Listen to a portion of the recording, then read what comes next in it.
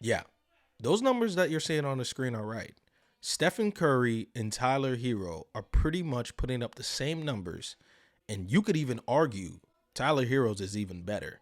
Tyler Herro has been on an absolute heater to start this new season, and yet almost nobody's talking about it because the Miami Heat has been absolute crap. They're currently 4-6. They just lost a very close game to the Detroit Pistons, where Eric Spoelstra had probably one of the biggest blunders an NBA coach can ever have during a close game. And that was a night that Tyler Herro had 40 plus points and made 10 plus threes, yet they somehow still lost that game when Tyler Herro was doing everything he possibly could have done to win that game. But so far, the Miami Heat has failed him.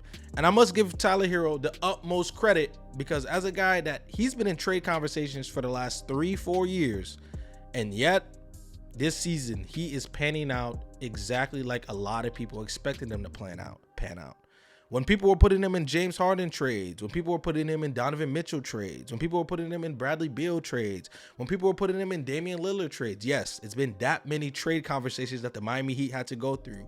Yet Pat Riley said no to all of them because the centerpiece in a lot of those trades were Tyler Herro. And he trusted that eventually Tyler Herro would have a leap that would trust him that we need this guy to be our guy. And so far through 10 games, Tyler Herro has been that guy and has been by far and away the Heat's best player. But yet, not a lot of people are talking about it because guess what? Like I said earlier, they're not winning games. But I'm going to talk about it not only because I'm a Miami Heat fan, but because I'm absolutely loving the changes that Tyler Herro made to start this season. And it looks like the training that he put into the offseason is clearly panning out. When you're looking at the aspects of what makes Tyler Herro such a great scorer, the things you look at are his 3-level scoring and his versatility that's packed with that, right? He can get to the rim, he can shoot middies, he can shoot the three very well, but he can also do it with a really great handle because he can do it through pick and roll coverages, through DHOs, he can do it through coming off pin downs.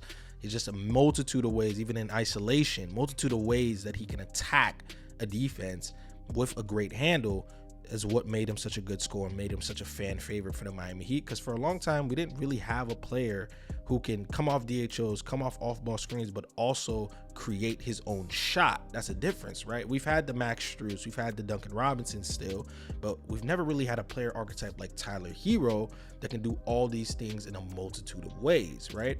Now, the biggest key in his improvement this season has been he hasn't really been a 3-level scorer. Well, a 3-level score in the way I'm about to explain it to you, right? In this chart made by Hoop IR, shout out him, he's been taking significantly less mid-range shots, especially the long mid-range shot.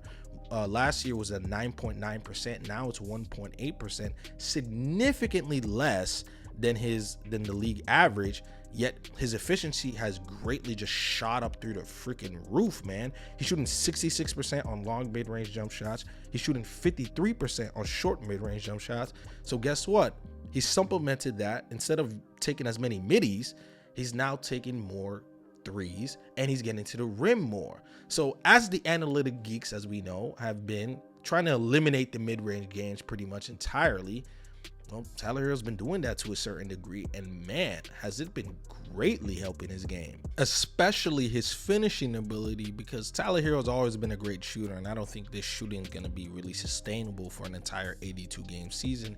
His finishing ability has really impressed me because Tyler Herro's biggest problem about being a finisher was his ability to handle contact, right? When you put bigger defenders on him or guys with length who can bother him and get to the gaps and stop him from actually getting all the way to the rim and stop his angles, that's really been an issue for Tyler Herro. Still is to a degree, but it's gotten better this season, right? Because you can have possessions like this when you have Jonathan Isaac, who has the length and height advantage over him, but he isn't shying away from the contact. He's almost welcoming it, and he's just gonna go all the way to the rim using his offhand and finishing at the rim.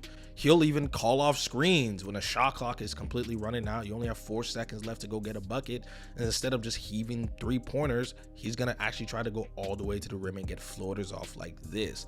This has been the part of the game that I've been absolutely loving from Tyler Herro this season.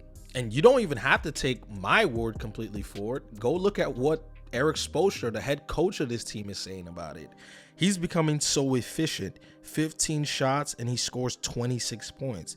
This is what we've always talked about. I was really pleased with his playmaking and scoring. And playmaking is another aspect Tyler Herro has been really great at. Some of the passes that Tyler Herro is doing, I just never seen him do it. That's part of the reason why his game is just opening up for him. And yes, he does struggle with his passing a little bit when you throw double teams at him, but I think it's going to come with time because his usage rate has been at an all-time high this season. This is his career high by far with usage rate because he's been handling the ball more and creating the offense. He's pretty much been the #1 offensive option on the Miami Heat, which we all thought would probably be Jimmy Butler. Jimmy Butler just isn't having a good season. Bam Adebayo isn't having a good season. So the other person they had to look at is Tyler Herro, and Tyler Herro is doing his part and even more, man, as a playmaker and as a scorer. Because some of the passes that he's giving to Bam on these short rolls or making these passes to Jaime Jaquez or other players like Duncan Robinson on the team is an improvement that I've been dying and wishing that he made, other than just his scoring ability, but his playmaking ability to get others involved and help create shots for others. Because Tyler Herro, his ability to get better at creating shots for himself is great for the team. But when defenses start loading up on you and start giving you different coverages, you're going to have to learn how to attack defenses in different ways. And if Tyler Herro can keep getting better at that, man, the limit of how much better he can get is going to be far higher than maybe any Miami Heat fan previously thought. But time will tell because there's still a lot of games left to be played during this season. It's only been 10 games. So I'm still slowing down just a little bit, but so far how Tyler Herro's been playing, how poised he's been, the maturity I've been seeing from him from these post-game interviews, it looks like this Tyler Herro might be legit the new Tyler Herro that we're going to have to be accustomed to seeing, because a 25-point per game score, 5 rebounds, 5 assists, maybe not the efficiency will remain this good, but that's pretty doable for him, especially if he's going to have this much responsibility on the team and he's going to be asked to do all these stuff and he's going to have the ball.